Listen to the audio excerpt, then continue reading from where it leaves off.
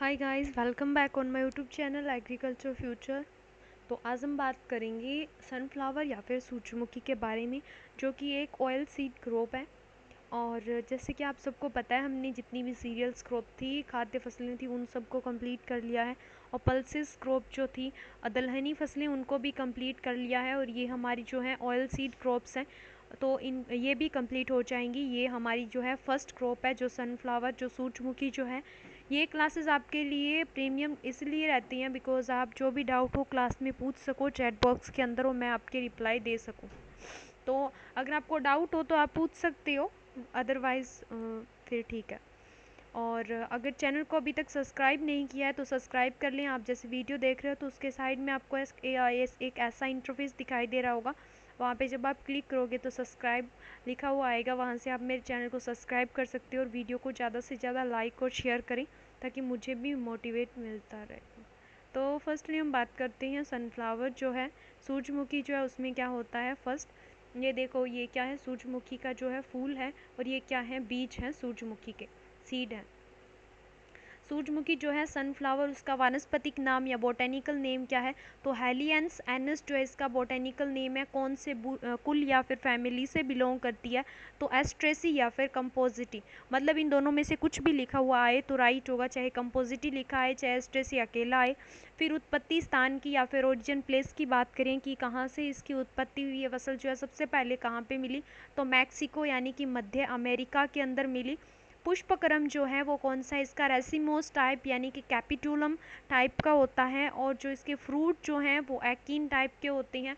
और गुणसूत्र संख्या कितनी होती है, 2n = 34 यानी कि 34। अब बात करते हैं पुष्पक्रम की, तो ये देखो इस टाइप का, इसे बोलते हैं इनफ्लोरोसेंस। ये देखो ये होता है इनफ्लोरोसेंस जो फ्लावर है। तो इनफ्लोरेसेंस में क्या होता है, इसका रेसिमोस टाइप का होता है। रेसिमोस टाइप में क्या होता है, ऐसा प्लांट होता है, उसमें जो फ्लावर है ना ऐसे लगते हैं, इस टाइप से लगते हैं। ये देखो यहाँ पे एक फ्लावर है, ये दूसरा फ्लावर है, और ये तीसरा फ्लावर है, इस टाइप से फ्लावर लगते हैं। और एक और होता है साइमोस। साइमोस में क्या होता है, प्लांट ऐसे है, उसमें एक यहाँ पे लगेगा और एक यहाँ पे और एक जो है वो मिड में, इस टाइप से फ्लावर लगते हैं। तो इसे तो बोलते हैं साइमोस। और रेसिमोस जिसे बोलते हैं ना, वो इस टाइप के फ्लोवरिंग के मैनेजमेंट को बोलते हैं, यानी कि इस टाइप से इसमें पुष्प जो है वो निकलते हैं। इसे बोला जाता है रेसिमोस इनफ्लोरोसेंस। फिर प्रोडक्शन की या उत्पादन की बात करें, सबसे ज़्यादा कहाँ पे होता है, तो कहाँ पे होता है, विश्व की बात करें पूरे संसार की, तो सोवियत संघ रूस के अंदर होता है। भारत की बात अगर हम करें तो कर्नाटका जो राज्य है वहाँ पे होता है। और फिर अगर राजस्थान की बात करें तो झालावाड़ के अंदर होता है। नेक्स्ट बात करेंगे इसके जो इम्पोर्टेंट फीचर्स हैं या फिर कैरेक्टरिस्टिक्स हैं वो कौन कौन से हैं। तो ये क्या, एक डे न्यूट्रल प्लांट है, यानी कि दिवस निष्प्रभावी पादप है। इसमें क्या होता है, ये प्लांट जो है प्रकाश के लिए, लाइट के लिए असंवेदनशील होता है। ठीक है, इसे लाइट मिलना ज़रूरी है। और उसके बाद में बात करेंगे तेल की, ऑयल की बात करेंगे। ऑयल कितना रहता है इसके अंदर, सूरजमुखी में ऑयल कितना रहता है, 45 से 50%। और प्रोटीन कितना रहता है, 40%। और प्रोटीन को बोलते हैं क्या है, इन्युलिन बोला जाता है इसके प्रोटीन को। तो यहाँ से आपसे क्वेश्चन पुटअप होते हैं कि तेल कितना परसेंट होता है, प्रोटीन कितना होता है। प्रोटीन को बोलते क्या है, इन्युलिन बोला जाता है। लिनोलिक अम्ल जो है वो कितना होता है, 68% होता है, और अधिक मात्रा में पाया जाता है इसके अंदर। इसीलिए ये जो तेल है ना, ये जो हार्ट पेशेंट होते हैं ना, जिन्हें दिल का जो दौरा पड़ता है, जिन्हें ये बीमारी होती है, उनके लिए ये तेल जो है सूरजमुखी का तेल बेस्ट रहता है। क्योंकि ये शरीर के अंदर, बॉडी के अंदर कोलेस्ट्रॉल जो होता है ना, उसकी मात्रा को कम करता है। ठीक है। और नेक्स्ट बात करते हैं क्रॉस पॉलिनेशन की। ये क्या है, इसके अंदर पर परागण होता है। पर परागण का क्या मीन है, जैसे कि ये एक प्लांट है, ये दूसरा प्लांट है, ये इसका फ्लावर है यानी कि पुष्प है, और ये इसका पुष्प है। जैसे कि आप सबको पता होगा, दो पार्ट होते हैं, एक तो होता है मेल पार्ट और एक होता है फीमेल पार्ट। ये साइड वाले मान लो नर यानी कि मेल पार्ट है, और बीच वाला क्या है, फीमेल पार्ट है। इसी टाइप से इसके भी तीन पार्ट हैं, एक मेल है, एक फीमेल है यानी मादा है, और दो क्या है, नर है। ठीक है। तो इसका क्या है कि ये जो मान लो ये मेल है, इसके पोलन जो है वो क्या होंगे, इस मादा के स्टिग्मा पे आके गिरेंगे। ठीक है, इस फीमेल के स्टिग्मा पे आके गिरेंगे। तो इससे तो हम क्या बोलेंगे, इस प्रोसीजर को हम बोलते हैं क्रॉस पॉलिनेशन। प्लांट भी दूसरा था, दूसरे प्लांट से दूसरे प्लांट पे जाके गिरना क्रॉस पॉलिनेशन कहलाता है। अगर ये खुद के प्लांट के फीमेल पे गिरता तो इसे हम क्या बोलते हैं, सेल्फ। नेक्स्ट बात करते हैं सूरजमुखी के ऑयल में क्या पाया जाता है, फूफा पाया जाता है, यानी कि पॉली अनसैचुरेटेड फैटी एसिड पाया जाता है। ओके, और फिर है कि टेस्ट वेट कितना रहता है, तो 55 से 70 ग्राम रहता है। टेस्ट वेट क्या होता है कि सूरजमुखी या फिर कोई भी फसल के अंदर ये टर्म आए जैसे कि टेस्ट वेट, तो इसका क्या मतलब होता है कि उस फसल के 1000 दानों को लेना है हमें और इसका वेट या फिर वजन देखना है कि कितना होता है, उसे बोलते हैं टेस्ट वेट। तो इसका टेस्ट वेट कितना होता है, 55 से 70 ग्राम, यानी कि सूरजमुखी के 1000 बीजों को अगर हम लेंगे और उसका वेट देखेंगे तो 55 से 70 ग्राम जो होगा वो क्या होगा, इसका टेस्ट वेट होगा। फिर है बोरोन की कमी का सूचकांक पौधा है, यानी अगर बोरोन की कमी हो जाएगी तो इस प्लांट के मीडियम से हम पता कर सकते हैं कि यहाँ पे इस ज़मीन में बोरोन की कमी है। और ऑयल में कसेलापन जो होता है, पुंजेंसी जो होती है वो ऑक्सीकरण के कारण होता है, वो ऑक्सीडेशन के कारण होती है। ठीक है, और फिर है जलवायु, यानी कि कैसी क्लाइमेट की आवश्यकता होती है, कैसी जलवायु की आवश्यकता होती है इस पौधे को ग्रोथ करने के लिए। तो तीनों मौसम में उगाया जा सकता है, यानी कि रबी, जायद और खरीफ तीनों ही मौसम में लगाया जा सकता है। और फसल पकते समय जब फसल पक रही होगी, मैच्योर होगी, तो शुष्क जलवायु की आवश्यकता होगी। और अगर हम बात करें मृदा यानी कि सॉइल की, कैसी सॉइल चाहिए, दोमट मिट्टी चाहिए जिसका पीएच जो है वो 6.5 से 8.5 रहे। और अम्लीय और क्षारीय भूमियों में भी इसकी बुआई की जा सकती है। सॉरी, मैंने ये गलत बता दिया आपको कि अम्लीय और क्षारीय भूमियों में इसकी बुआई नहीं करनी चाहिए, बिकॉज ये क्या है कि 6.5 से 8.5 पीएच पे ही लगाया जा सकता है। अगर इतना पीएच होगा तो लगा सकते हैं, यानी कि 6.5 से अगर पीएच कम है, 6 से कम है, तो हम वहाँ पे नहीं लगा सकते, बिकॉज वो तो अम्लीय भूमियाँ हो जाएंगी। और 8 से ज़्यादा होगा तो वो कौन सी होगी, क्षारीय हो जाएंगी। तो इसलिए हम ऐसी कंडीशन में इसे ग्रो नहीं कर सकते। नेक्स्ट हम बात करेंगे वेराइटीज़ की, कि कौन कौन सी वैरायटी जो है सूरजमुखी की लगाई जाती है। तो एमसन रिकॉर्ड लगाई जाती है। सनसाइन जो सिलेक्शन है ये आपसे पूछा जाता है पेपर में, किसकी वैरायटी है, जिसे हम वर्ण नाम से भी बोलते हैं। तो ये किसकी है, सूरजमुखी की। ज्वालामुखी है, बादशाह है। BSH फर्स्ट है जो कि फर्स्ट हाइब्रिड है सनफ्लावर की, ये इंपॉर्टेंट है। BSH फर्स्ट क्या है, फर्स्ट हाइब्रिड वैरायटी है किसकी, इसकी सनफ्लावर की। 1980 के अंदर इसे रिलीज़ किया गया था। और सूर्या और मॉडर्न जो है वो भी क्या है, सनफ्लावर की वैरायटीज़ हैं। फिर हम सीड रेट और सीड ट्रीटमेंट की बात करेंगे और स्पेसिंग की बात करेंगे कि बीज दर कितनी रखनी चाहिए और बीजोपचार किससे करना चाहिए और दूरी कितनी रखनी चाहिए। खरीफ के अंदर जुलाई माह में करनी चाहिए और रबी के अंदर अक्टूबर में करनी चाहिए, जायद में मार्च मंथ में करनी चाहिए। फिर हम बात करते हैं कि 10 से 12 केजी पर हेक्टेयर बीज दर रखी जाती है। और हाइब्रिड अगर हम संकर बीज का यूज़ कर रहे हैं तो 8 केजी पर हेक्टेयर, यानी 1 हेक्टेयर ज़मीन के अंदर बुआई करने के लिए अगर हम हाइब्रिड सीड ले रहे हैं, संकर बीज ले रहे हैं, तो 8 केजी बीज रखेंगे।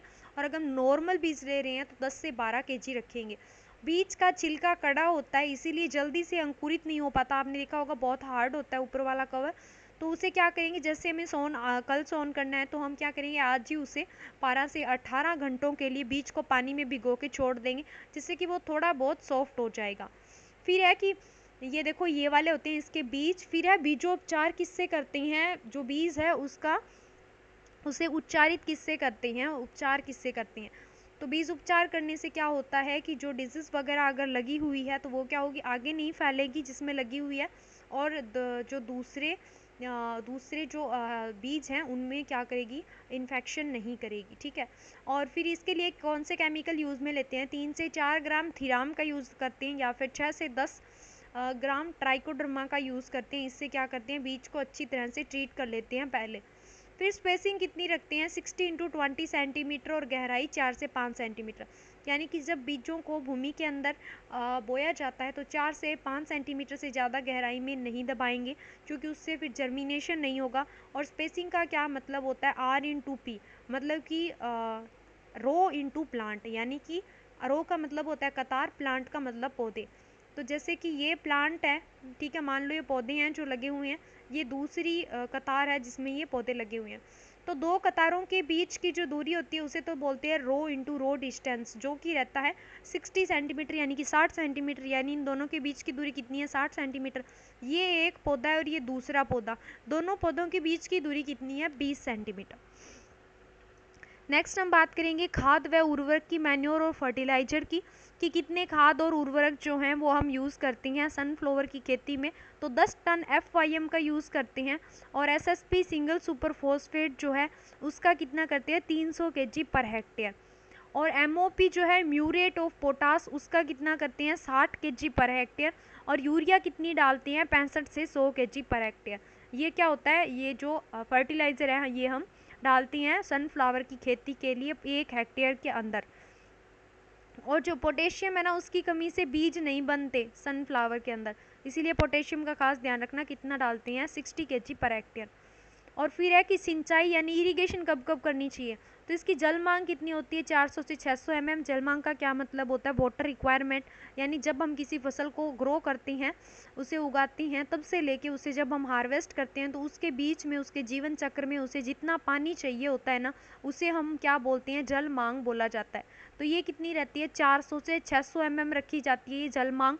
और फिर है 4 से 5 लीफ पर, ठीक है, कितनी 4 से 5 लीफ पर, यानी 4 से 5 पत्तियां आने पर करनी चाहिए फर्स्ट इरिगेशन। तो सेकंड कब करते हैं, फ्लोवरिंग टाइम, जब पुष्पन हो रहा होगा, पुष्प जब होंगे निकल रहे होंगे, और फिर ग्रेन फिलिंग पे जब दाने बन रहे होंगे उस टाइम। इन तीनों स्टेजेस पे सूरजमुखी में पानी देना चाहिए। फिर खरपतवार प्रबंधन, यानी कि जो वीड हैं, जो खरपतवार यानी ऐसे पौधे जो अपने आप से निकल गए, हमने ग्रो नहीं किया, तो उन्हें कंट्रोल करने के लिए हम क्या करेंगे, फर्स्ट निराई गुड़ाई तो कब करेंगे, जैसे हमने सूरजमुखी की फसल को ग्रो कर दिया उसके 20 से 25 दिन बाद पहली निराई गुड़ाई कर देंगे, और सेकंड निराई गुड़ाई कब करेंगे 40 से 45 दिन बाद सेकंड निराई गुड़ाई करेंगे। और केमिकल कौन सा यूज़ में लेते हैं, फ्लूक्लोरोलिन केमिकल जो है वो यूज़ में लेते हैं। फिर नेक्स्ट बात करेंगे हम अर्थिंग अप या फिर मिट्टी चढ़ाना। अर्थिंग अप क्या होता है, अर्थिंग अप में ये होता है कि अधिक लंबी बढ़ने वाली जो किस्में होती है ना, वो क्या होती हैं, ये देखो, जो ज़्यादा बढ़ने वाली किस्में होती हैं ना इसकी सनफ्लावर की, तो उनमें क्या होता है, वो जब हमारे घुटनों तक आ जाए, ये देखो घुटनों तक आ जाए, इस तक क्या कर ले, ये ग्रोथ कर ले, तब हम क्या करेंगे, इसकी जड़ों के पास में, रूट के पास में क्या करेंगे, जो मिट्टी है वो क्या करेंगे, यहाँ से चढ़ा देंगे, अर्थिंग अप कर देंगे, इसे बोलते हैं अर्थिंग अप। यानी कि जड़ों के पास वाले एरिया के पास पास में मिट्टी चढ़ाना, जिससे कि क्या होगा कि ये प्लांट तेज़ हवा से गिरेगा नहीं, इसे सपोर्ट मिल जाएगा, इसे बोलते हैं अर्थिंग अप। और फिर पॉलिनेशन की बात करें तो पॉलिनेशन क्या है कि इसमें प्रपरागण होता है, क्रॉस पॉलिनेशन होता है, मैंने आपको वीडियो के शुरू में बताया था क्रॉस पॉलिनेशन क्या होता है। ये हम या तो मधुमक्खियों के द्वारा करवाएंगे, यानी कि 1 से 2 बॉक्स रख देंगे, ये देखो ऐसे बॉक्स रख देंगे, ठीक है, मधुमक्खियों के बॉक्स रख देंगे सूरजमुखी के खेत के बाहर, जिससे कि इस टाइप से सूरजमुखी जो है उनसे क्या होगा, पॉलिनेशन होगा, परागण होगा, ठीक है, ये एक प्लांट से दूसरे प्लांट पे बैठेगी, तो जिससे क्या होगा, इनमें परागण होगा। या फिर सुबह सुबह ही 8 से 11 के बीच में हम क्या करेंगे, हाथ पे पतला सा कपड़ा जो होगा वो लपेट लेंगे, और फिर क्या करेंगे, हल्के हाथ से इसके ऊपर एक बार क्या करेंगे, हिला देंगे हाथ को, ठीक है, तो जिससे क्या होगा, पॉलिनेशन होगा। फिर कटाई की बात करें, कटाई कब करनी चाहिए सनफ्लावर की, सूरजमुखी की, तो सूरजमुखी के बीज कड़े हो जाते हो, जब मतलब हार्ड हो जाएं बहुत ज़्यादा सूरजमुखी के जो बीज हैं वो, और सिर के पास जो है, यानी कि बिल्कुल पास में, यहाँ से जो क्या हो, वृंत जो है वो सूख जाए, और नीचे की पत्तियां भी क्या हो, ये वाली जो लीफ दिखाई दे रही है ना, ये भी सिकुड़ जाए और नीचे गिर जाए, तब क्या करेंगे, द्रांति की सहायता से तने के पास से, यानी कि यहाँ से द्रांति की सहायता से हम क्या करेंगे, हम इसे कटाई कर लेंगे, इसकी कटाई, इस फूल को कट कर लेंगे, और उसके बाद में 2 से 3 दिन तक फूलों को क्या है, धूप में सूखने देंगे, और फिर क्या करेंगे, आपस में रगड़ के बीजों को निकाल लेंगे, इस टाइप से बिल्कुल हल्के हाथ से इसको रगड़ना है, जिससे क्या होगा, ये सभी जो है सीड जो है वो क्या होंगे, निकल जाएंगे। ओके, तो उपज कितनी रहती है इसकी, 15 से 20 क्विंटल पर हेक्टेयर इसकी उपज रहती है। तो आज के लेक्चर में इतना ही। Thanks for watching my video, मिलते हैं नेक्स्ट वीडियो में। अगर आपको वीडियो पसंद आया हो तो वीडियो को लाइक ज़रूर करना और अपने फ्रेंड्स के साथ शेयर करना ज़्यादा से ज़्यादा।